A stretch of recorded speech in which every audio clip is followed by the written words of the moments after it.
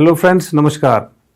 आज हम बात करेंगे common day to day problem के बारे में, जिसको गैस बोलते हैं। गैस क्या है, कहाँ आता है, कहाँ जाता है और उसके लिए हमें क्या करना चाहिए। मैं डॉक्टर मनीष काक, consultant gastroenterologist, liver specialist, Manipal hospital, Ghaziabad. तो फ्रेंड्स, गैस एक कॉमन प्रॉब्लम है। रोज़ हमारे पास पेशेंट आते रहते हैं कि डॉक्टर साहब गैस हो गया, दिक्कत आ रही है, पेट फूल रहा है, परेशानी हो रही है, एसिड बन रहा है, तेज़ाब बन रहा है। तो इसका क्या ट्रीटमेंट हो सकता है और इसका कारण क्या है। तो सबसे पहले हमें यह समझना है कि ये गैस है क्या, ये कहाँ से आता है। तो जो हमारे पेट में डाइजेशन में जो गैस होता है, उसके दो रीज़न होते हैं। एक होता है जब हम खाना खाते हैं, पानी पीते हैं, तो हम खाना स्वेलो करते हैं, अंदर निकलते हैं। उस स्वेलोइंग प्रोसेस में खाने के साथ साथ कुछ हवा भी हमारे पेट में जाती है और हमारे पेट में फिर घूमता रहता है।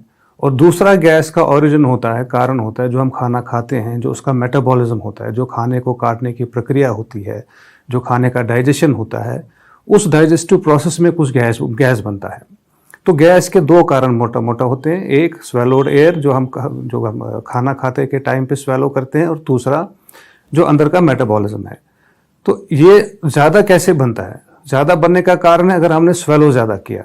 वो क्यों स्वेलो ज़्यादा करते हैं, कभी हम फास्ट तेज़ खाना खाते हैं, जल्दी खाना खाते हैं, तो स्वेलोइंग ज़्यादा होती है।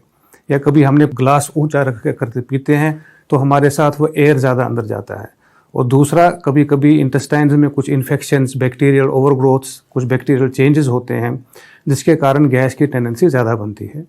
अब इसमें ऐड करती हैं कभी कुछ दवाइयाँ जो गैस प्रोडक्शन ज़्यादा करती हैं, कभी कोई इन्फेक्शन जो गैस का प्रोडक्शन ज़्यादा करती है, कभी बैक्टीरियल लोड इंटेस्टाइन्स में बढ़ता है जिससे गैस ज़्यादा बनता है, और कभी कुछ खाने के पदार्थ हैं, कुछ वेजिटेबल्स हैं या कुछ पल्सेस हैं जिनसे गैस प्रोडक्शन ज़्यादा होता है। तो यदि आपको गैस ज़्यादा बन रहा है, मतलब गैस बनना किसको बोलते हैं, पेट फूल गया, डकारें ज़्यादा आ रही हैं, या लैट्रिन के रास्ते से हवा ज़्यादा पास हो रहा है, खाने के बाद ब्लोटिंग, पेट फूलता है, तो हम कह सकते हैं कि गैस का प्रोडक्शन ज़्यादा है। तो उसके लिए सबसे पहले तो ईटिंग हैबिट अपना ठीक करना है, मतलब धीरे धीरे स्लोली अच्छी तरह से चबा के खाना खाना है, मतलब हरीडली, जल्दबाजी में खाना नहीं खाना है, और पानी कभी भी ऊंचे से नहीं पीजिए। और तीसरा, अगर फिर भी गैस ज़्यादा बन रहा है तो कुछ वेजिटेबल्स हैं जिनका मैं नाम लूँगा, जैसे एक तो पल्सेस हैं, दालें हैं, राजमा, छोले, मटर, बीन्स, इसमें गैस प्रोडक्शन ज़्यादा होता है, इसको आपको अवॉइड करना है। और वेजिटेबल्स में ऑनियन है, गार्लिक है, और कैबेज, गोभी वगैरह, इसको खाने में कम करना है। इससे क्या है कि गैस का प्रोडक्शन अंदर कम होगा तो आपको रिलीफ आ जाएगा।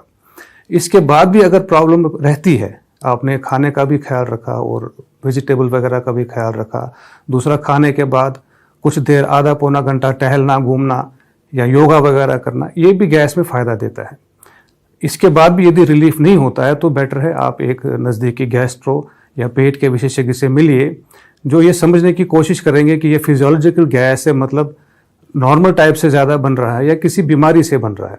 तो उसका रोकथाम, उसका ट्रीटमेंट करना ज़रूरी है, क्योंकि कभी कभी गैस का कुछ अंदर ऐसा भी प्रॉब्लम होता है जो आगे जाके दिक्कत हो सकता है। जैसे आंतों में कभी कुछ स्वेलिंग आ रही है, या आंतों में इन्फेक्शन ज़्यादा हो रहा है, या कभी कभी आंतों में कोई अल्सर टाइप प्रॉब्लम हो रही है, तो वो हमें गैस का जैसा सेंसेशन देता है। कई बार मरीजों को आंतों में प्रॉब्लम होती है तो उनको समझ में नहीं आता है कि ये गैस है या अंदरूनी कुछ पेन है। तो वो डॉक्टर आपको देख के, समझ के, सिम्टम देख के, पेट का एग्जामिन करके, हो सकता है कुछ टेस्ट ऑर्डर करे, जिससे ये समझने में हमें इजी होगा कि ये गैस है, नॉर्मल गैस है, कोई ख़राब किस्म का प्रॉब्लम है, या अंदर कोई सीरियस प्रॉब्लम चल रही है जिसके लिए आगे का ट्रीटमेंट हमें करना चाहिए।